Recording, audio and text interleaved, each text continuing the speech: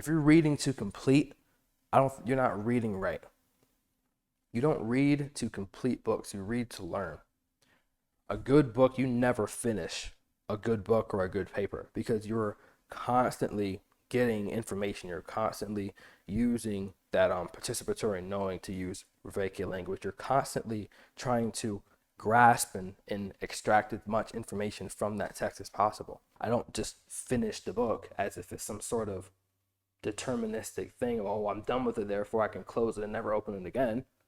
Great books and great novels. I don't read fiction, but great books, you read them again and again, and the second time you go, oh, I looked at something differently, and then the third time you read it, you picked up on this word, then the fourth time you read it, you went over this word that you skipped the first three times, and then you finally looked that word up, and you say, oh my God, I meant that, and then it keeps on going around and around.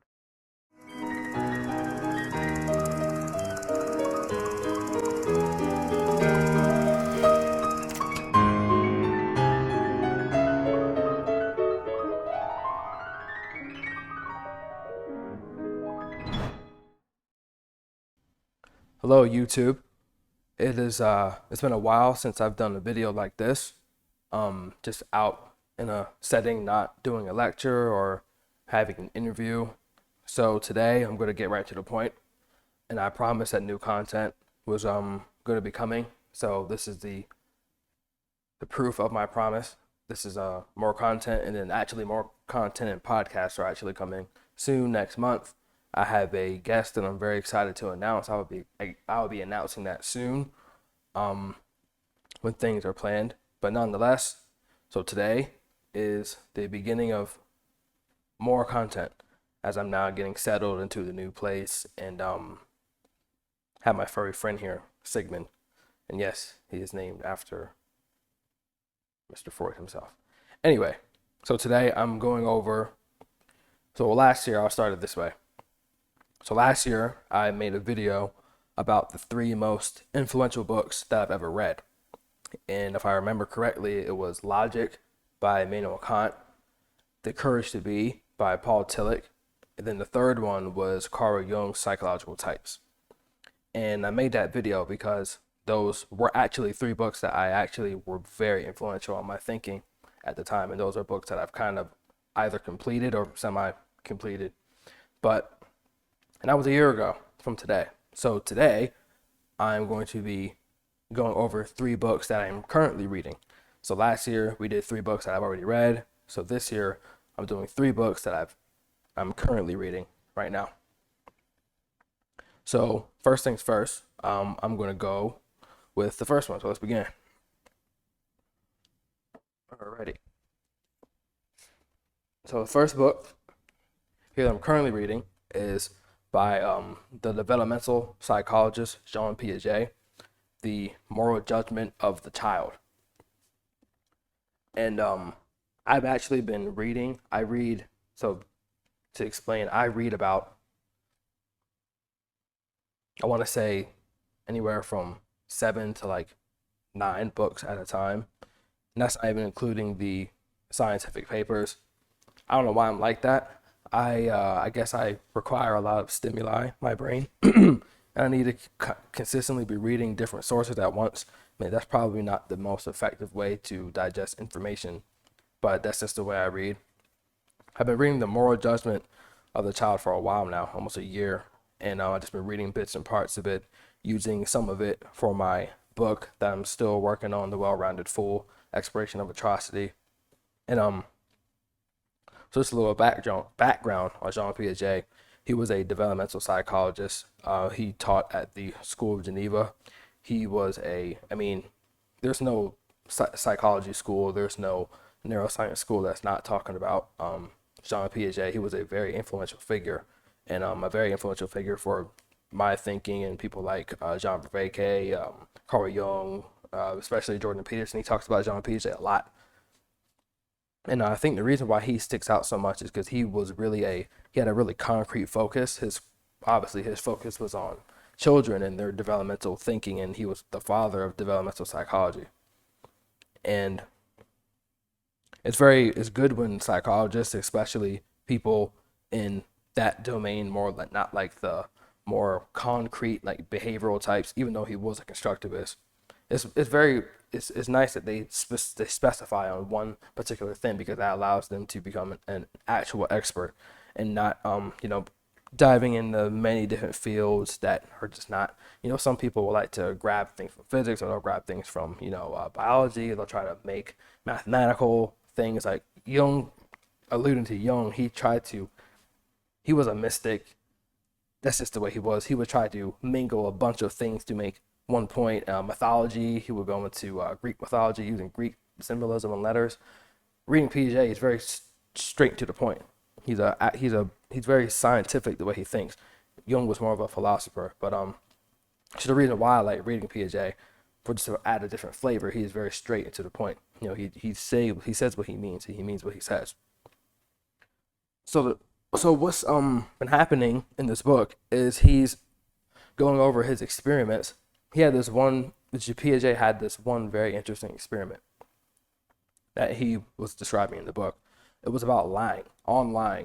So basically, he was trying to understand the developmental concept of lying and truth, and how children perceive these two things.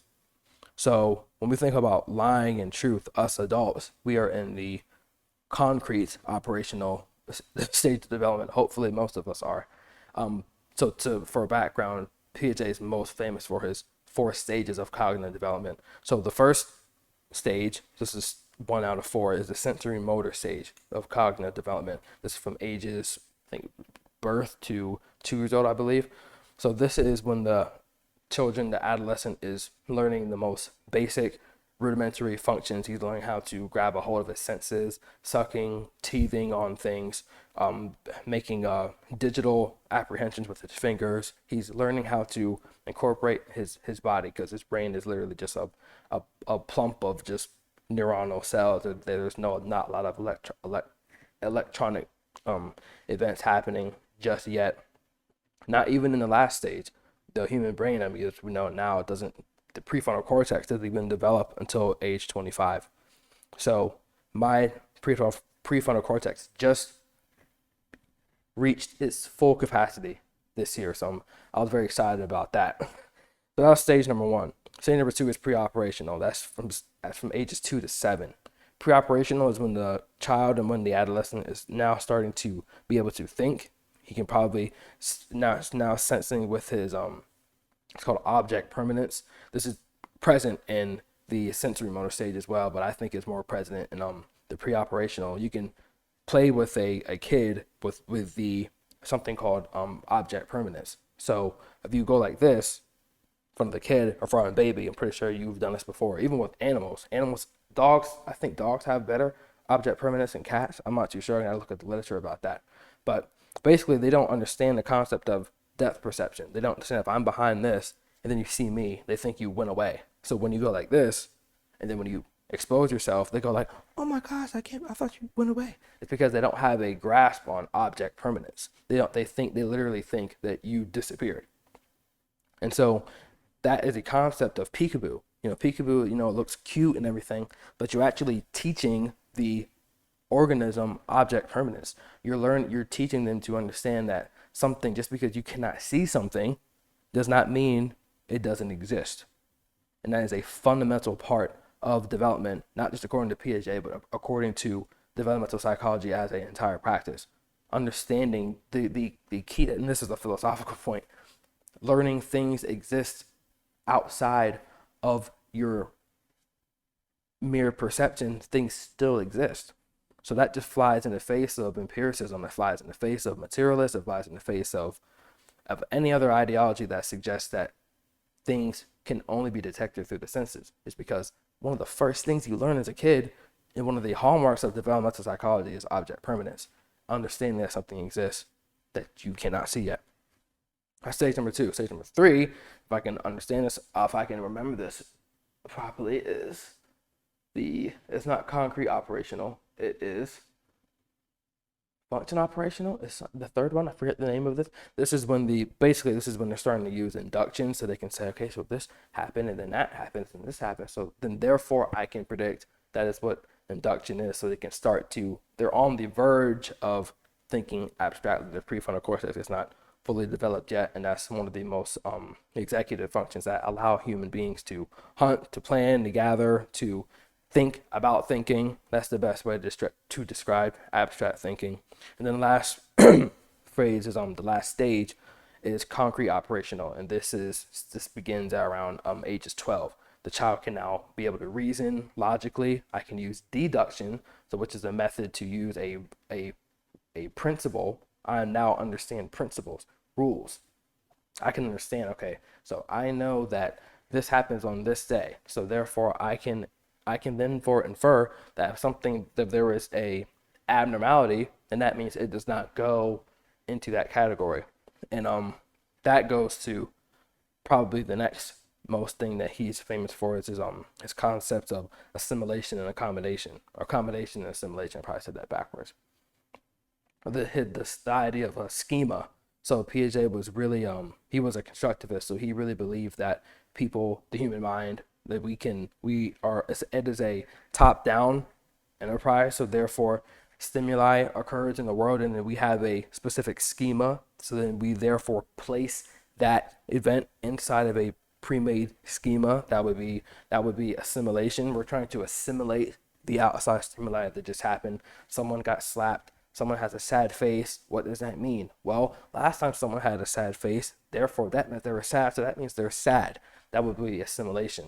Well, accommodation is something that happens outside of the schema that they cannot fit inside of the pre-schema. So that means they have to therefore accommodate, and we have to infer. We have to use rational, logistic thinking. What could that have been?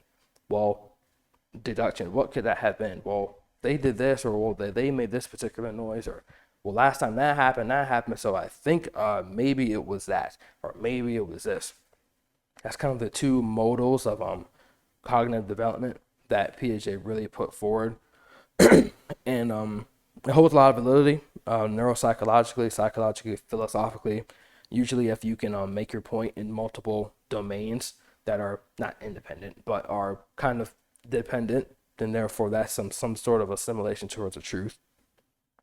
But anyway, that's just some background on Piaget. So actually in this book, going back to the lying and the telling the truth. So he had this experiment. Piaget had this great experiment. I go all over the place. You guys are used to this by now. So he had kids. Because he fundamentally worked with kids, and he would just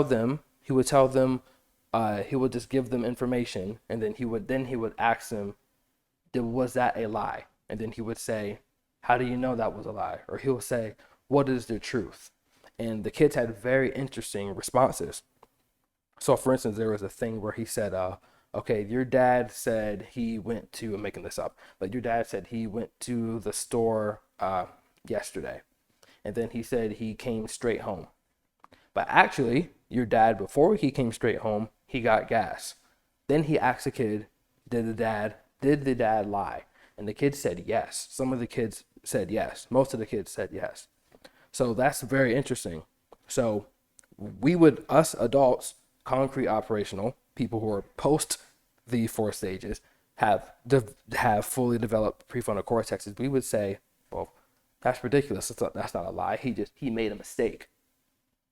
That's the key distinction here. Most of the kids on average said that the dad who forgot to mention that he stopped at the gas station before coming home, they deemed that as a lie. Now this can have you can interpret this 2 ways. The first, if you're a practicing scientist, or if you're serious about psychology or anything, your first instinct should be, okay, well, the kid doesn't know what a lie is, so therefore him saying that it's a lie doesn't mean anything. That should be your first instinct. But your second inference should be something like this. Perhaps kids can't tell the difference between mistakes, abnormalities, and lies. Perhaps they can't distinguish that.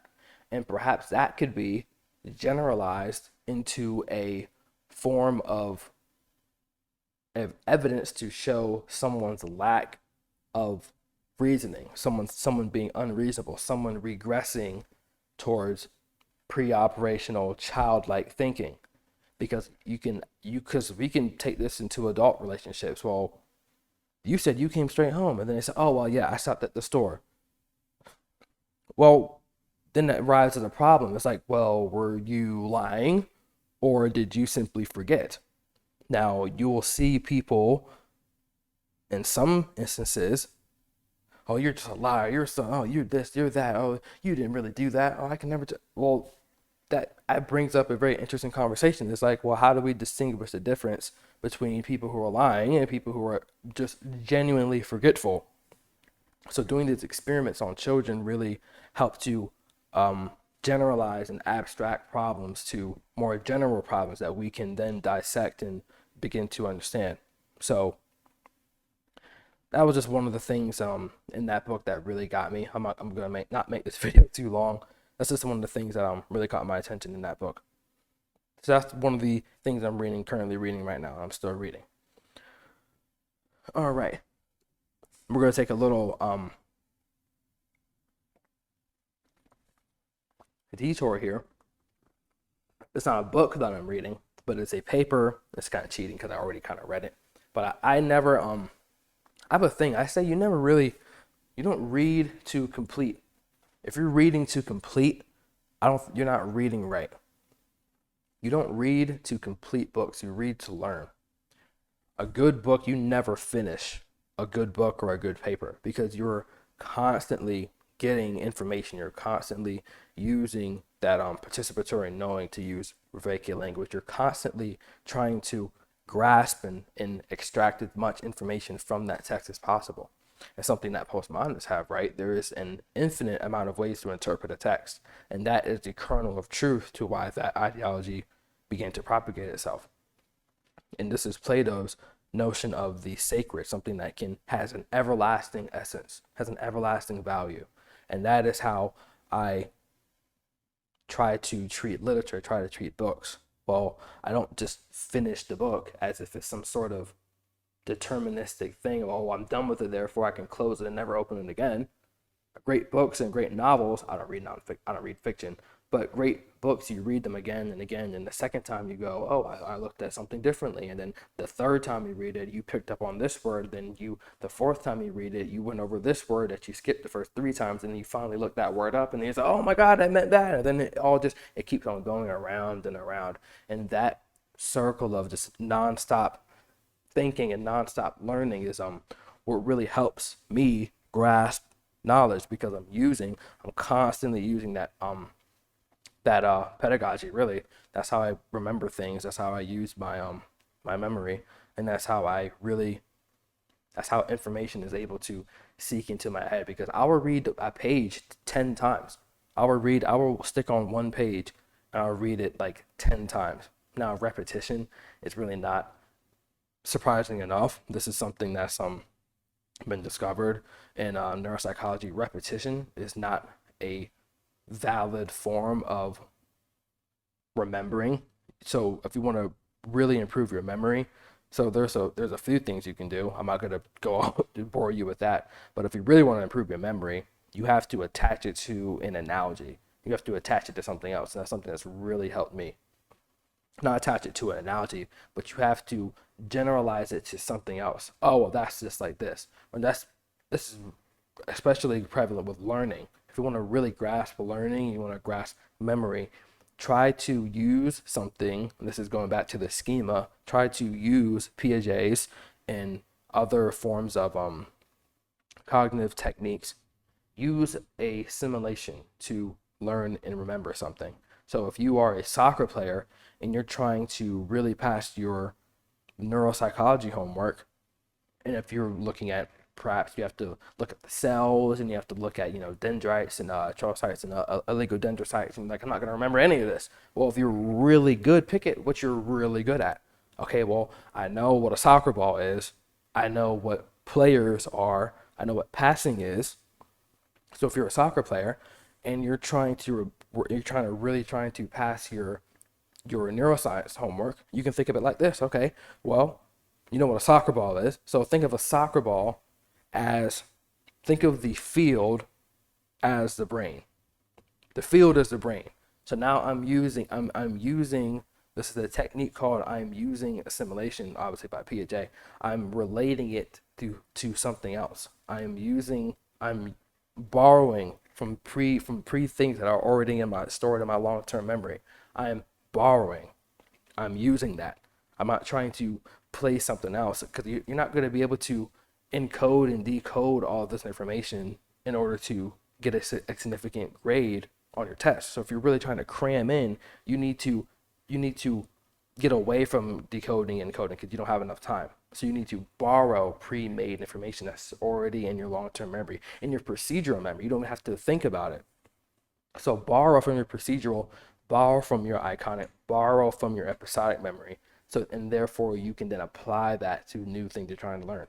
So the field, think about that, is the brain. The field is the brain. Okay, so what does the brain have? The brain is constructed of the cells. Okay, so who is on the field? Players. Players are now the cells. Okay, so what do the players do? The players, well, there's not just one player just doing everything. Players have to do what? They have to pass the ball. So players have to play with each other. The neurons are the building blocks of cells. So now you can think of the action of players playing around. Now we're neurons. The players are the neurons. Now, how does the ball get from one of the players, the middle of the midfield? How does the ball either get to the goal or the sideline or to throw in? How does the ball move around? We have to kick it. That's what your neurotransmitters are. Your neurotransmission is the electricity receiving from the synapses, going down the axons and sending electricity towards the other cells. You can think about that as the players kicking the ball, trying to juke each other out, doing through balls, kicking, pipping it over each other's head. You're borrowing memory, you're borrowing instances, you're tapping into your episodic and your procedural memory. So when the ball scores, what is that? Well, you see where I'm going with this. Borrowing memory is a very effective term for remembering things, and especially learning new things. So anyway, the second paper, or the second thing that I'm currently reading and continuing to read, is actually a scientific paper, not a book.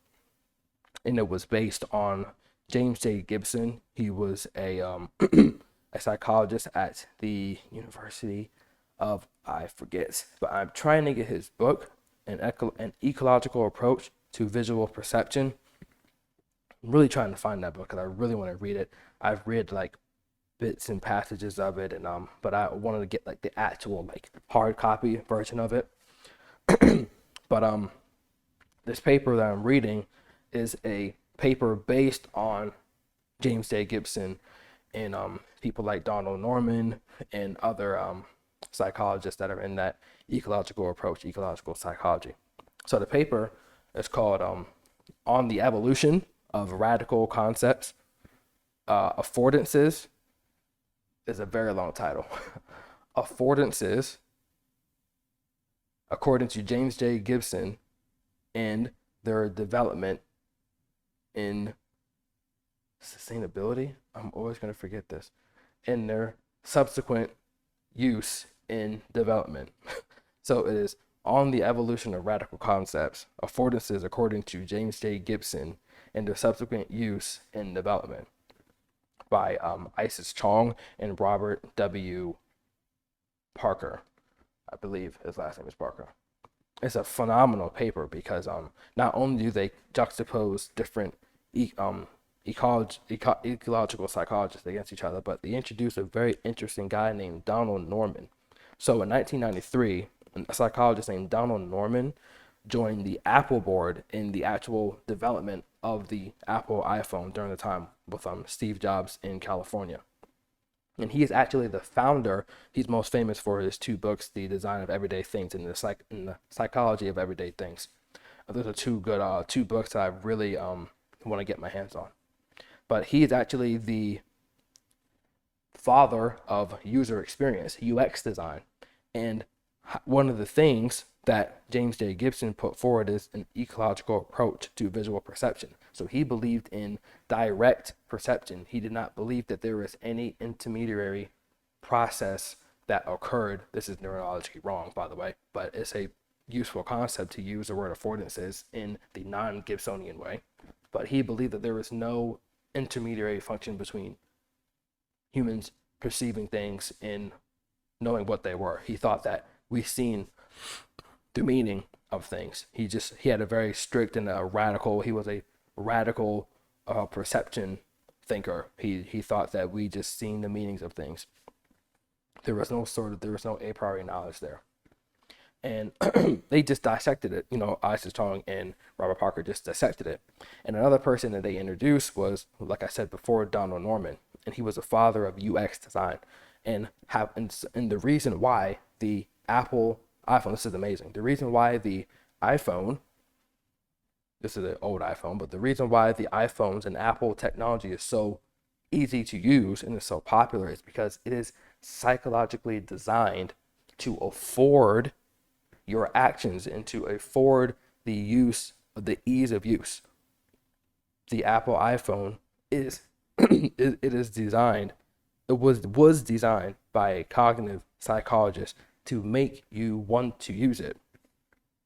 And intelligent design is something that is prominent in people who are trying to use new objects and to use new products, especially in marketing, especially in if you're a business and you're trying to present a new machine or a new car into the marketplace. There was a famous example in DC that had the cars to go, and they were driving Mercedes. There was a Mercedes, that was a car that they used for the cars to go.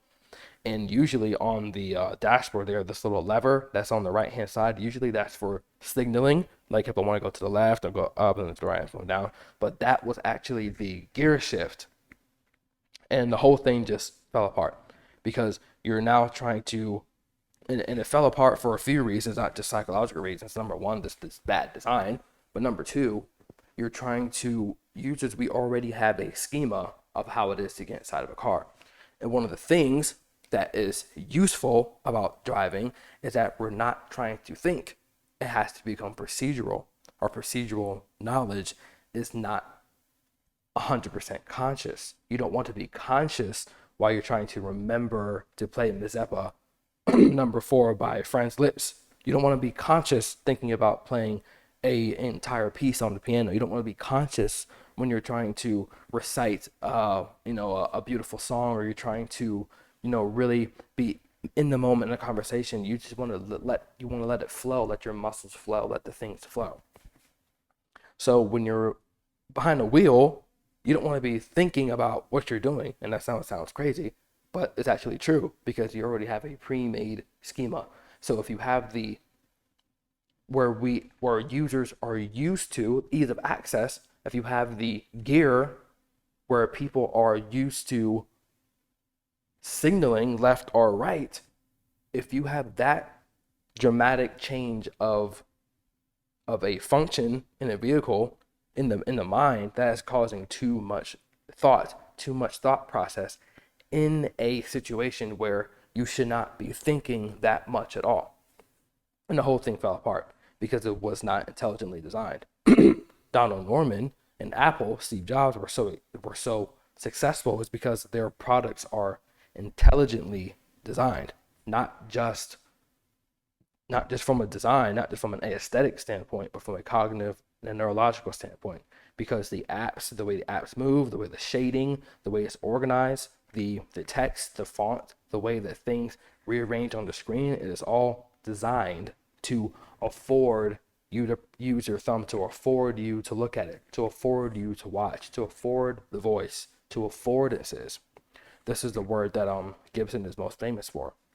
He thought that things afforded. This couch affords me the ability to sit. This object affords me the ability to sit. A cup, this is perception. He thinks that this is not just a cup, this is a thing to drink out of. The structure of this cup, the meaning and the use of this cup to Gibson, it was the same exact thing. This cup, this object, affords me the ability to take a sip out of it. There was no, I mean, he essentially was a pragmatist. I don't know why he's never really associated with that, because he's usually just, he was a very utilitarian, pragmatic thinker. And I'm not too sure why that was. Maybe that's novel amongst psychologists. That's more of a philosophy thing. But he was very utilitarian in his thoughts. So that was very cool. That's just one of the things that I learned about reading that paper, the Radical Concepts of Affordances, according to James A. Gibson, by Isis Chong and Robert Parker. I highly recommend anyone interested in that to go read that. And last but not least, the last book. We're going for time here. 30 minutes. We're going to wrap up here. The last book I'm reading is The Archetypes of the Unconscious, Collective Unconscious by Carl Jung. You might be thinking, Kyle, haven't you not read that yet? But I tend to read, I already said that in the beginning of this video, reading 7 to 9 things at the same exact time. I'm a very disorganized reader, but when I read, I understand it. And the Collective Unconscious, I mean, it's just a classic text by Carl Jung. He's probably one of my most influential thinkers ever to my thinking. Not just because he's cool to name drop. Oh yeah, I read Jung or anything. It's not just because of that. It's just because he's just so damn smart and he's just so damn true, and he just says things that I was like, what the hell? Like, how am I supposed to react to that? And one of the things in here was one of the things that really struck me was this idea of, so he was him and Freud had their split, but he really took Freud's concept of the persona and the id, the superego and the ego. He really took those and expanded them, and he really focused on the mythological and the unconscious part of the human psyche. And one of the things that he said in this was the concept of someone's persona. So persona is best described, according to Carl Jung, as how people, not you, but how you want people, who you want people to think you are. So your persona is not you, is what you want people to think you are. So a persona, you can imagine, it has many different versions around many different people, because I don't want to present myself the same way in front of Chris, the same way I would want to present myself in front of Madeline or Ashley. I want to present myself differently in different scenarios. And one of the things that he was warning about and trying to articulate in this book is the concept of the merging the persona with the self, or the ego inflation, or the ego with the self. And that can result in someone being very, and you run across people like this, they're just very hollow. They don't have any, there's nothing to them. They're just what you see is what you get. There's no depth to them. No pun intended, because he's a depth psychologist. There's no depth. What is going on besides your cute little cat and this job you have? What is, show me something other than that. And that is a persona. Some people clasp onto the persona because, well, I'm not a very interesting person, so I have to almost caricature, may be a caricature of myself. This is his words. People who identify with the persona become the foreground, the background of their own autobiography. And they no longer become a person. They become, this person went there and he's probably saying this or that. And that sentence was just piercing, because it's like, that's so true. Are you a person? Do you have depth? Is there something other than what I'm just looking at? And are you a person who, I know where you are, and I know what you're going to say, and I know what you're going to do, I know what you think about this, I know how you react, I know how you're going to do this. Are you just a two-dimensional glob of cells, or are you an actual human being? And reading Jung is terrifying, because it's well, he makes you think, well, am I just a two-dimensional glob of cells that has no more depth? He's making you introspect on yourself to really get a better grasp of your own psyche. So he was articulating the persona, and that it really touched me. I was like, damn, some people do become the background of their own autobiography. My name is this. I went to this school. I did that. We did this for a couple years. Then I moved here. Then I did this. And now I'm here. Like, okay, like you're just telling me your facts. I don't care about your facts. Tell me something more. I want to know more than just your CB. Like, give me something more. And what really makes someone well-rounded is that it's the element of novelty. Like, give me something else. Like, I want to see something. Like I want to embrace one of her idiosyncrasies. I just don't want to have this figure, because that's boring. That's mundane. No one wants to sit next to someone who literally is just a character. We like to, people being charming and this and that. It's like, that's why people fall for those people, especially people who possess traits on the dark triad. So that would be Machiavellianism, narcissism, and psychopathy. People are attracted to those guys because they have depth. They not just have an incredible source of charisma, but once you get close to them, they show you all the twisted and dark stuff they're doing, and then that juxtaposition is like, wait, you're this nice guy, but you're doing that. It's like that depth is captivating in a very strange and bizarre way. That's captivating. That's why women tend to go towards bad boys, because the good guys are like, why? My name's Carl and I work at Staples. Let's go out for dinner sometime. It's like, boring. Like, no one wants to be around that. Like, show me something. Like, go, like, where's your knife at, dude? Like, show her something. And adolescent women fall for that a lot, because the reasoning behind it is because there's that depth and that source of that sense of unpredictability. Like, what is really going on? That's what really entices people. Not just women, it entices men as well. Novelty. Men are extraordinarily attracted to novelty. But anyway, that was the 3 things that I am reading now. I appreciate you watching, and I'm gonna clip this up and post as much as I can. The podcast is coming back next month, and those are the 3 things that I'm currently reading. And if you guys have any other suggestions, leave them in the comments below. That was it. I'm going to snuggle with my cat now. Goodbye. Thank you for your time.